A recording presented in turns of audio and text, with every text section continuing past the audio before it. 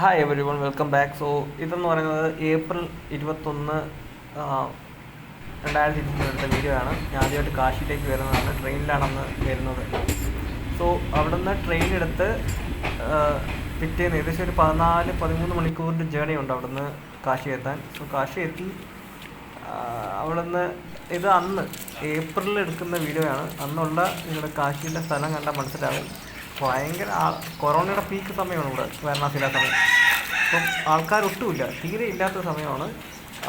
അതുമല്ല, വെള്ളവും നിങ്ങൾക്ക് നോക്കിയാൽ കാണാൻ പറ്റും. ഗംഗാ നദിയിലെ വെള്ളം എന്ന് വെച്ചാൽ എത്രത്തോളം ചെറുതെന്ന്. കാരണം സത്യം പറഞ്ഞാൽ ഒരാൾക്ക് നടന്ന് അവിടെ ക്രോസ് ചെയ്യാവുന്ന ഒരു സമയം ഉണ്ടായിരുന്നു അവിടെ. അത്രയ്ക്ക് വെള്ളം കുറവായിരുന്നു ഏപ്രിൽ സമയത്തൊക്കെ. ഇത് മണികർണിക ഘാട്ടാണ്. ഇപ്പം എല്ലാവർക്കും ഒരുവിധം അറിയാമെന്ന് തോന്നുന്നു.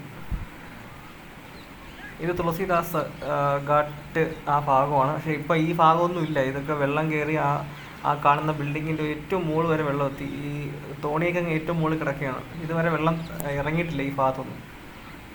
എനിക്കൊന്ന് 2 ആഴ്ചയെങ്കിലും പിടിക്കുമായിരിക്കും വെള്ളം താഴോട്ട് ഇറങ്ങാൻ. അതുമല്ല, മഴ സീസണാണ്. ഇപ്പോഴും മഴ പെയ്തുകൊണ്ടിരിക്കുകയാണ് തകർത്ത്. വെള്ളത്തിൻ്റെ കാര്യത്തിൽ ഇപ്പോഴും സംശയം തന്നെയാണ്.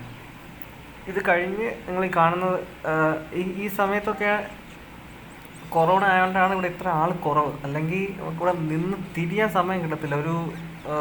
അത്ര തിരക്കായിരിക്കും ഈ സ്ഥലങ്ങളിൽ, രാവിലെയും രാത്രിയൊക്കെ.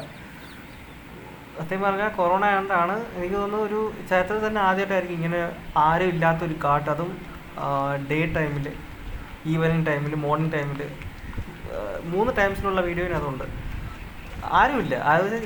ഒരു ദിവസം എനിക്കിന്ന് ഓർമ്മയുണ്ട്, ഞാൻ 3-4 കാട്ട് നടന്നപ്പോൾ അവിടെ ആരുമില്ല. ഞാൻ ഒറ്റയ്ക്കേ ഉള്ളായിരുന്നു. എന്തോന്ന് തോണിക്കാരവിടെ ഉണ്ടായിരുന്നു ഒഴിച്ച് ബാക്കി വേറെ ആരുമില്ല. കാരണം കോവിഡ് സമയത്ത് ഭയങ്കര റെസ്ട്രിക്ഷനും കാര്യങ്ങളും ഉണ്ടായിരുന്നു ഇവിടെ. കണ്ടാൽ മനസ്സിലാവും, ഇവിടെ എങ്ങും ഒരു മനുഷ്യനെ കാണാൻ പറ്റത്തില്ല. ഇത് എനിക്ക് തോന്നുന്നത് ജൂണിലോ ജൂലൈയിലോ എടുത്ത വീഡിയോ ആണ്. കാരണം വെള്ളത്തിൻ്റെ അളവ് കൂടി. അതുമല്ല, കുറച്ചും കൂടെ പ്ലേസിൽ റെസ്ട്രിക്ഷൻ കുറഞ്ഞു വരുന്ന സമയമാണ്. ഇനി അങ്ങോട്ടുള്ള വീഡിയോ കേൾക്കണം. ഇത് ഞാനൊരു ഓട്ടിക്ക് പോകുന്നതിന് മുമ്പ് എലിവേറ്റർ വെച്ച് എടുത്തൊരു വീഡിയോ ആണ്. ഇത് അസിക്കാട്ടിലേക്ക് പോകുന്ന വീഡിയോ. അസിക്കാട്ടെന്ന് പറയുന്നത് എനിക്ക് ഏറ്റവും എനിക്ക് ഭയങ്കര മൈ ഫേവറേറ്റ് ആണ്. കാരണം ഭയങ്കര എന്താ പറയുക, ഭയങ്കര ക്വയറ്റാണ് ആ സ്ഥലം എന്ന് പറയുന്നത്. മറ്റ് സ്ഥലങ്ങളൊക്കെ അല്ല. മറ്റെന്ന് പറയുന്നത് ഒരുപാട് ആൾക്കാരും പേരും ഒക്കെ വന്ന് ഭയങ്കര ഒരു എന്താ പറയുക, എപ്പോഴും അവിടെ ബിസിയാണ് എല്ലാ കാര്യങ്ങൾക്കും. അസിക്കാട്ടെന്ന് പറയുന്നത് അത്ര ഒരു ക്വയറ്റ് പ്ലേസാണ്. നമുക്ക് കുറച്ചും കൂടെ സമാധാനത്തിൽ ഇരിക്കാൻ പറ്റുന്ന ഇതാണ് അസിക്കാട്ട്. നിങ്ങളൊരു വീഡിയോ കണ്ടു കാണും. ഇവിടെ ഭയങ്കരമായിട്ട് വെള്ളം കയറി ഇവിടെ അതും തന്നെ വൃത്തിയാക്കുന്നവരിന്നിപ്പം.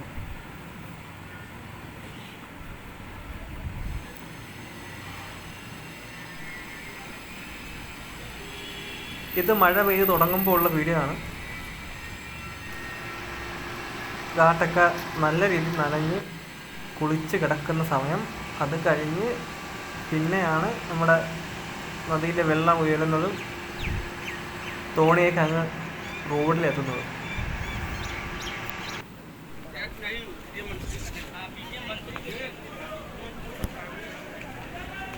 ഇവിടെ ഒരുപാട് ഡെസ്കും ബെഞ്ചൊക്കെ വെള്ളത്തിൽ ഒഴുകിപ്പോയി. അവരിങ്ങനെ പറയുന്ന കേട്ടായിരുന്നു.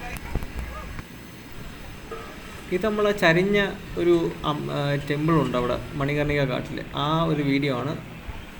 എൻ്റെ കഴിഞ്ഞ മണികർണിക ഘാട്ടിലെ വീഡിയോ കണ്ടാൽ മനസ്സിലാവും. ഈ ടെമ്പിളിൻ്റെ ഏറ്റവും മുകളിൽ വരെ ഇപ്പോൾ വെള്ളം നിൽക്കുകയാണ്. ഇതിൻ്റെ മുകളിലാണ് ഇപ്പോൾ തോണി പാർക്ക് ചെയ്തിരിക്കുന്നത്.